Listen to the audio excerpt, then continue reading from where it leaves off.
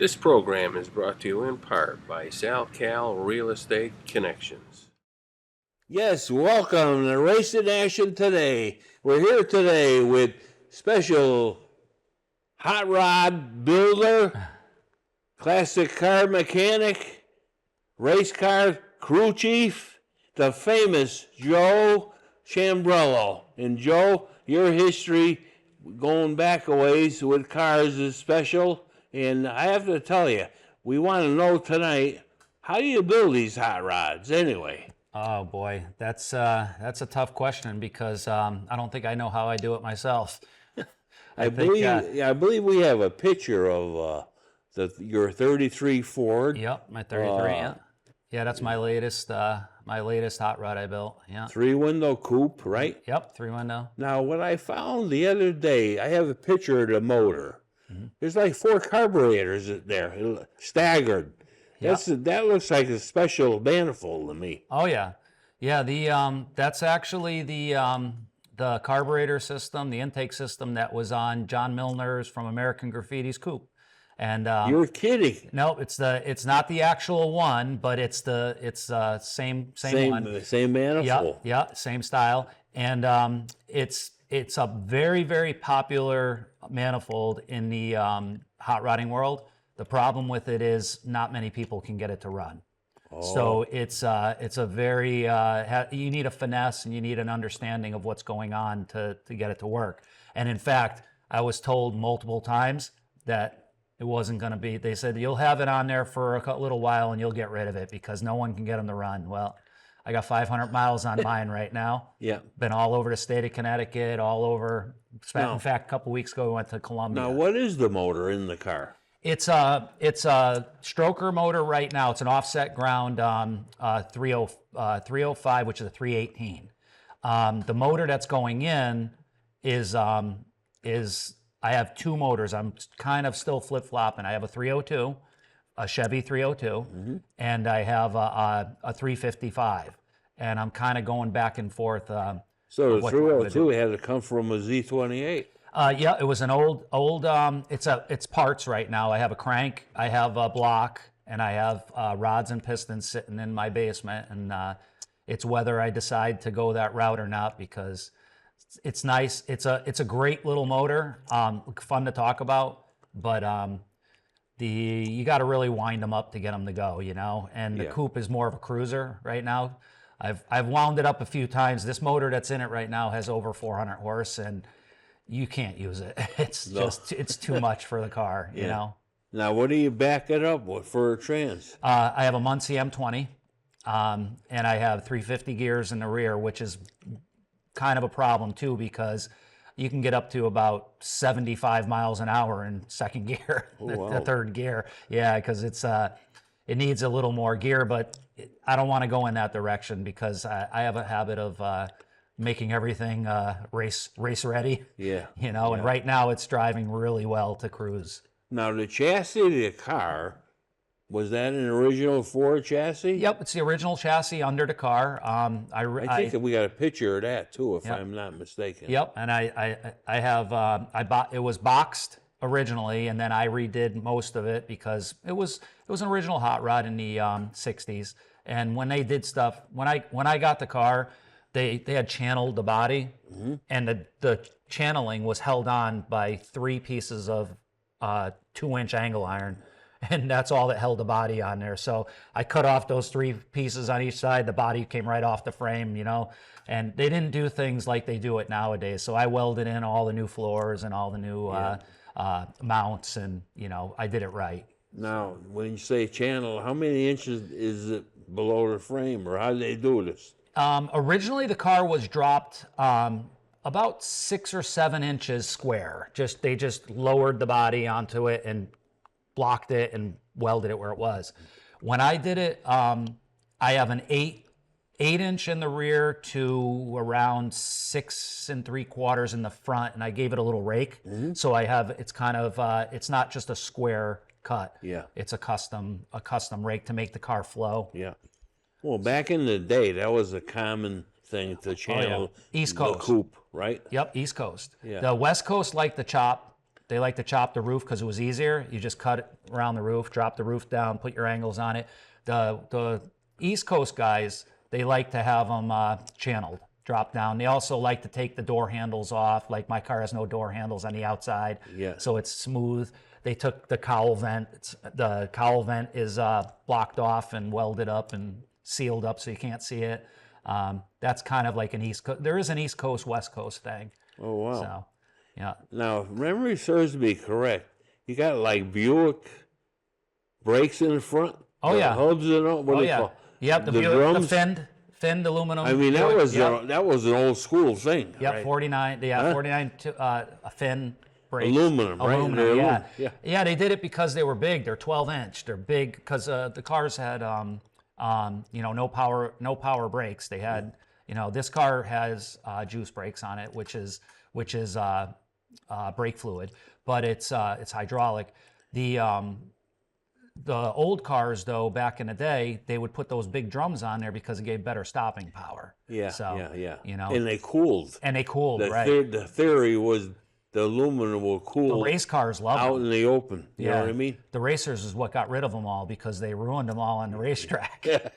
Wrecking into each other in the walls, Yeah. But those were super popular in the '60s, the late '60s. Now you have any special suspension in the front?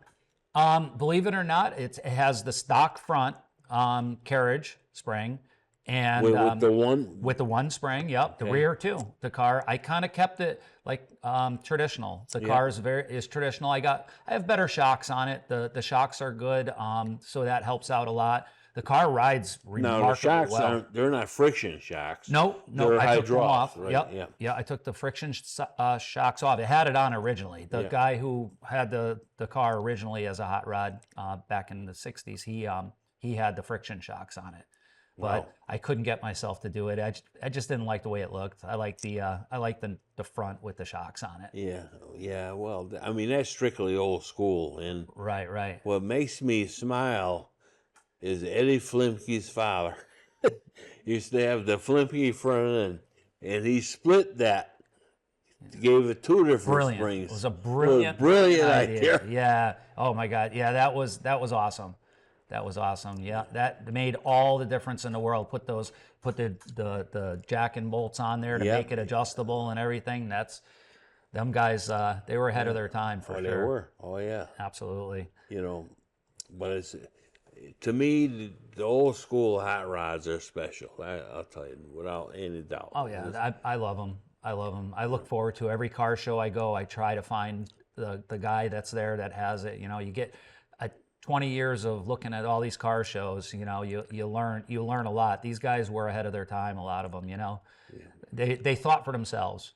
Yeah. Today it's very easy to open up a catalog, a magazine, and buy everything. You made use of what you had. Yeah, well, that's what I did with my car. My car, all the parts on my car, I was lucky that my dad collected all from the racing, from when we were racing. He collected all, put it all in the trailers. So when I needed a part, I went out there shopping. I went looking through, and we used to kid like Dave Alkus, and back in the day.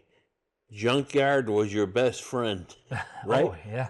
that was without any doubt. That's all you kind of had, sort of. You didn't have the money to just dump into these cars. No.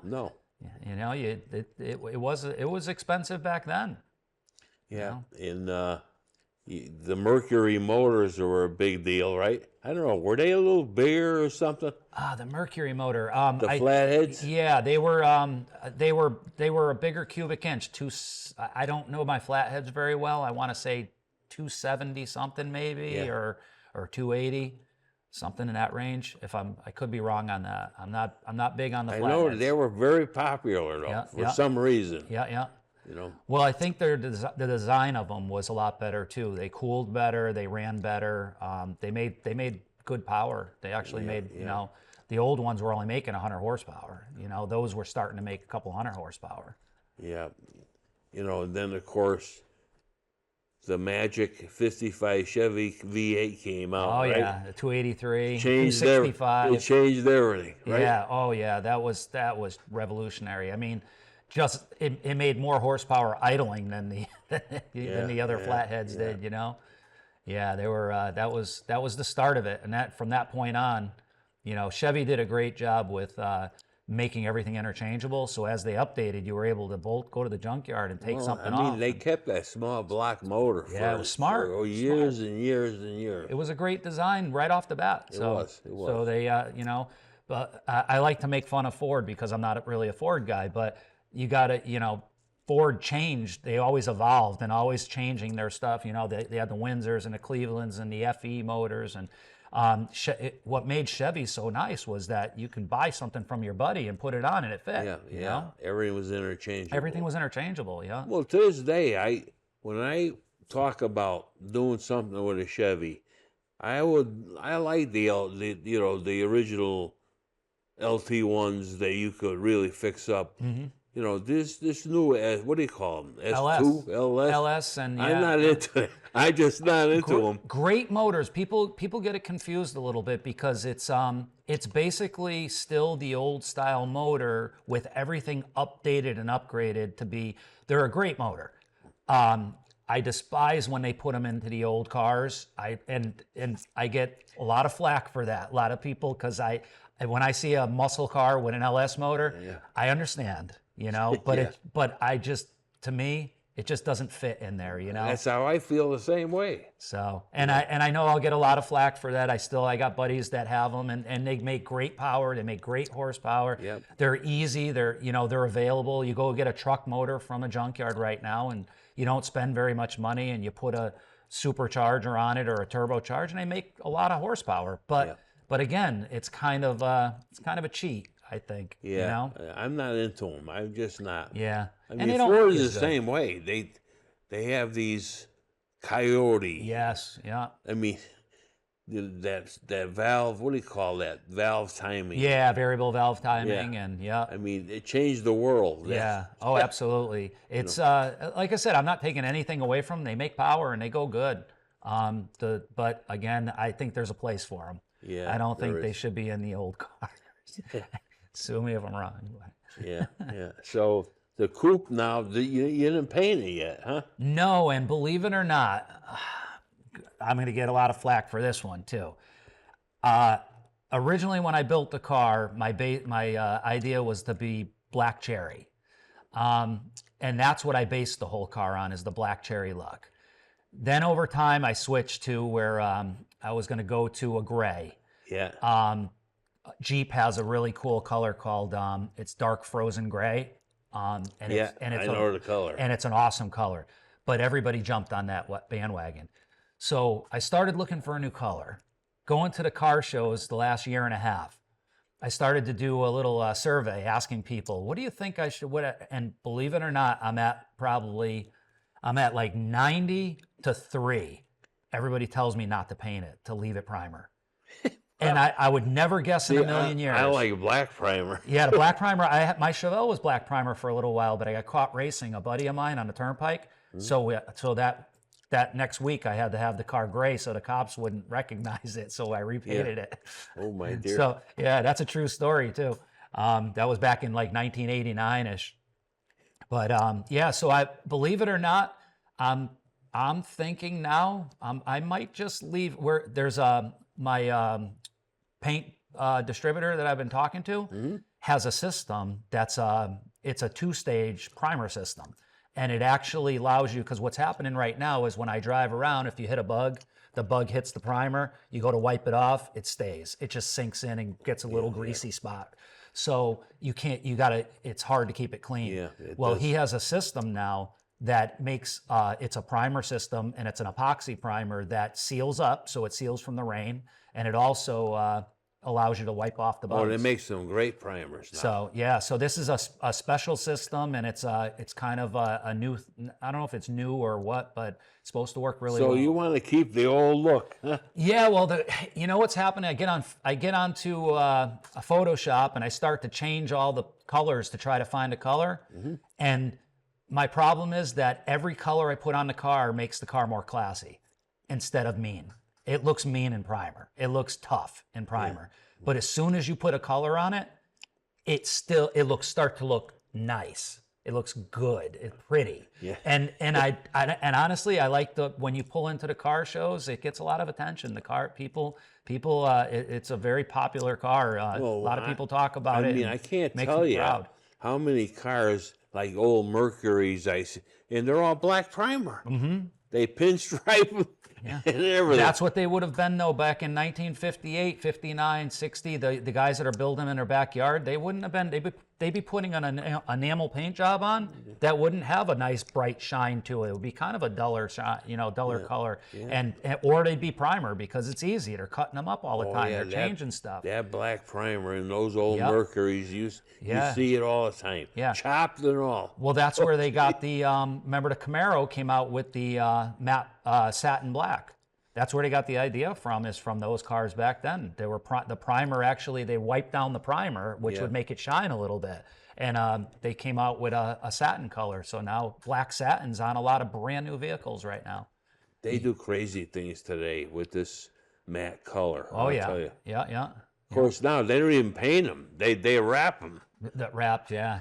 They don't even paint them. Yeah, it's pretty. That's a good thing to do too for these newer cars, because it protects the paint underneath, it protects the bodywork underneath, get scratches or whatever. It's nice and easy to change it over. So for the new cars, I'm all for it. The wraps are great. Oh yeah. Yeah, they have some. I mean, they have some it really changed nice the ones. racing completely.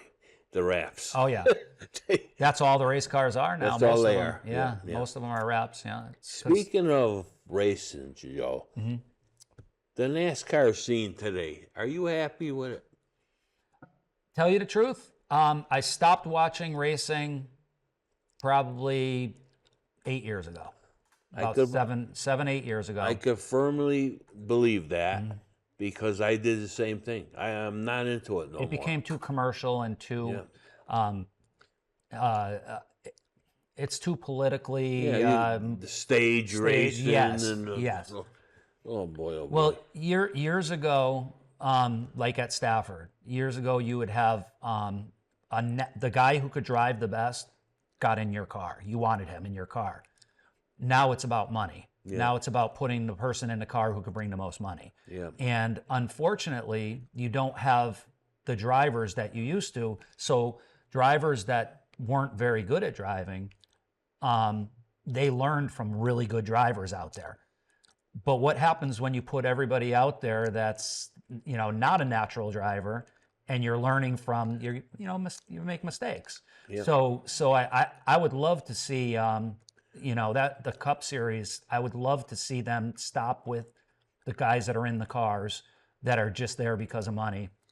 I would love to see them get these guys from around the local tracks that are just phenomenal natural drivers.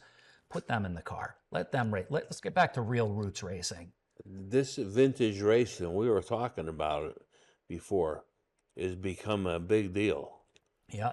With old modifieds. Yeah, it's fun. And you're going to start seeing even the regular Grand National cars.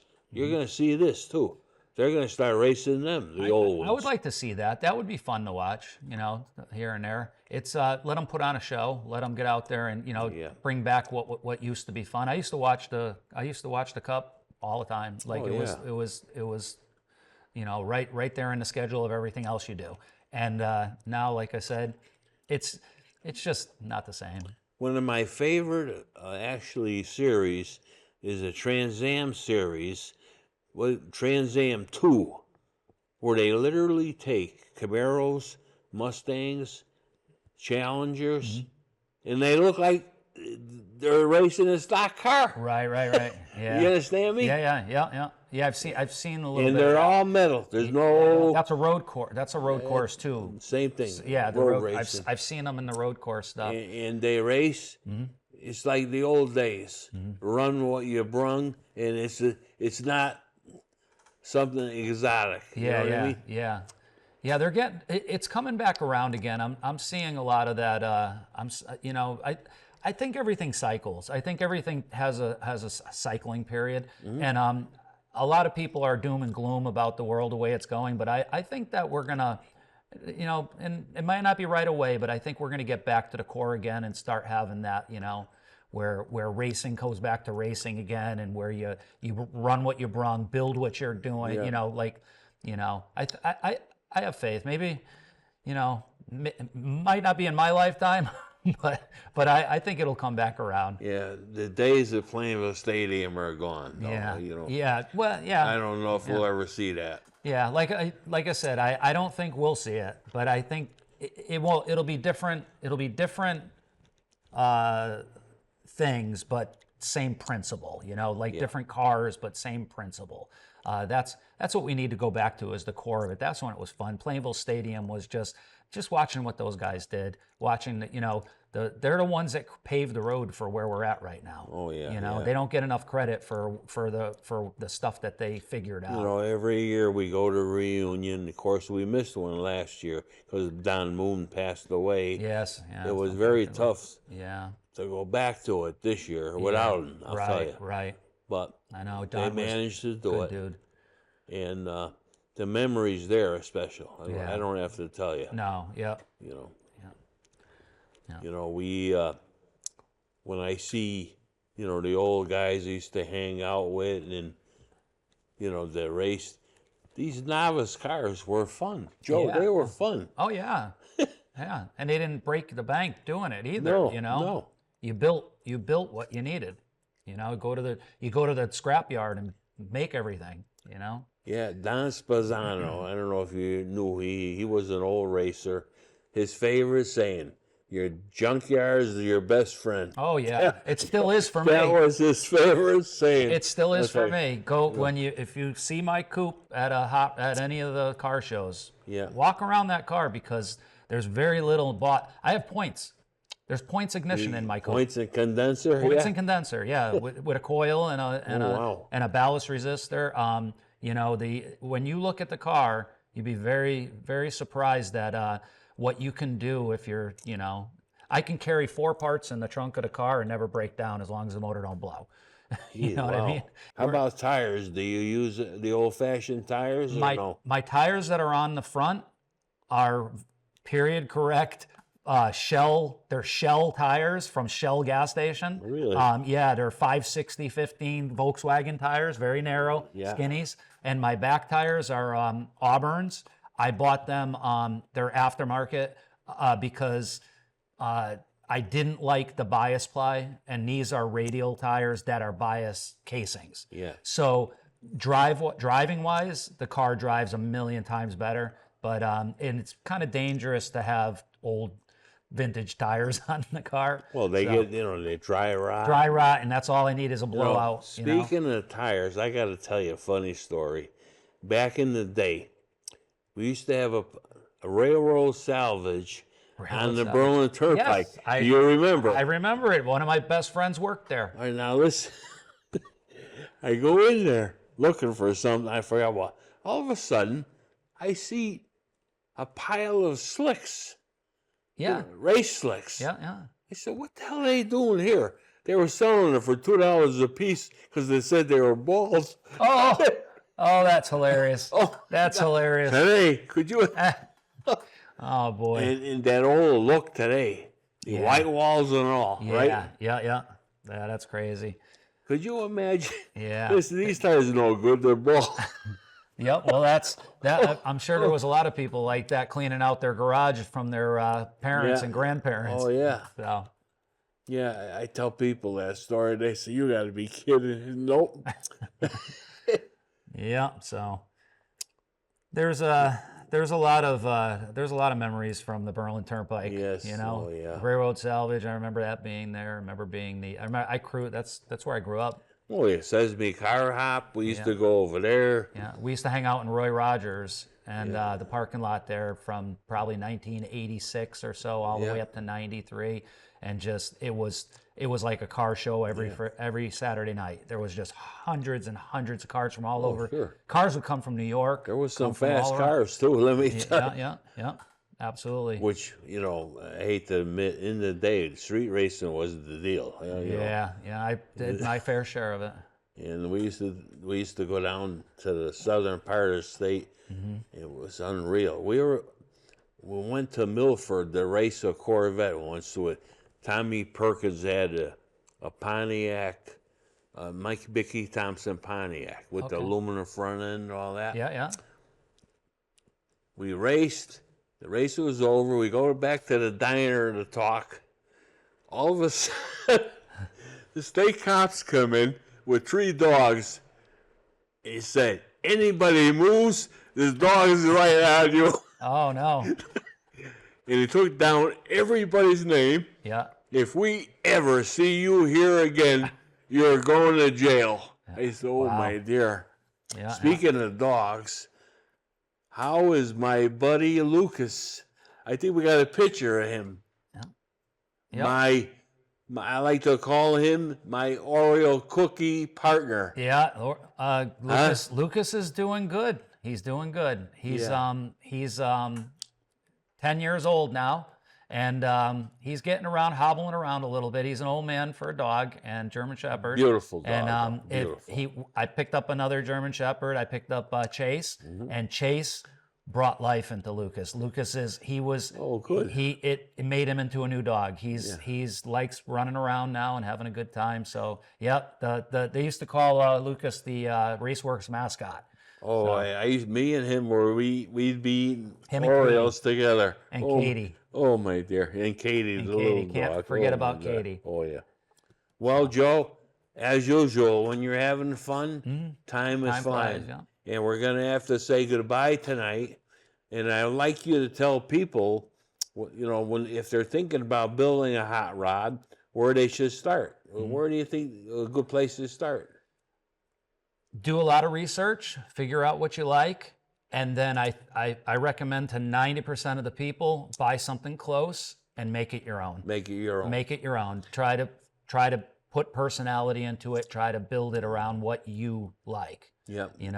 That's probably the best advice I can get. Well, I want to really thank you, and I'm sure at some point you're going to get a call from me about needing some work done because I got to get a car. You know that. Yeah. Yeah. I can't walk, but I'm talking about building cars. You know what I mean? Well, I want to thank everybody for watching tonight, and please return next week to Racing Action Today. Thank you, Joe. Pleasure seeing you. Thank you for having me. Yep.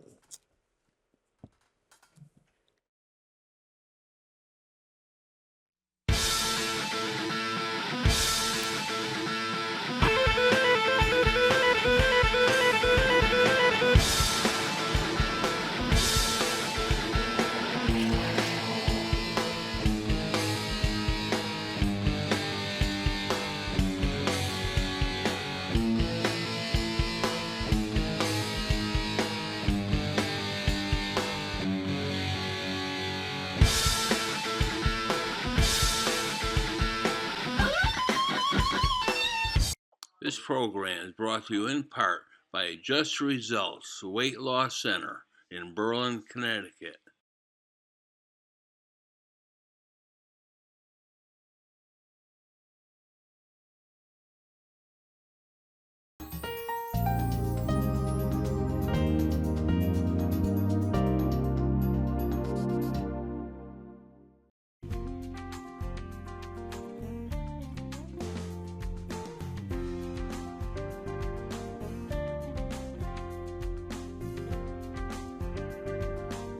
Follow us on Instagram at nutmeg.tv.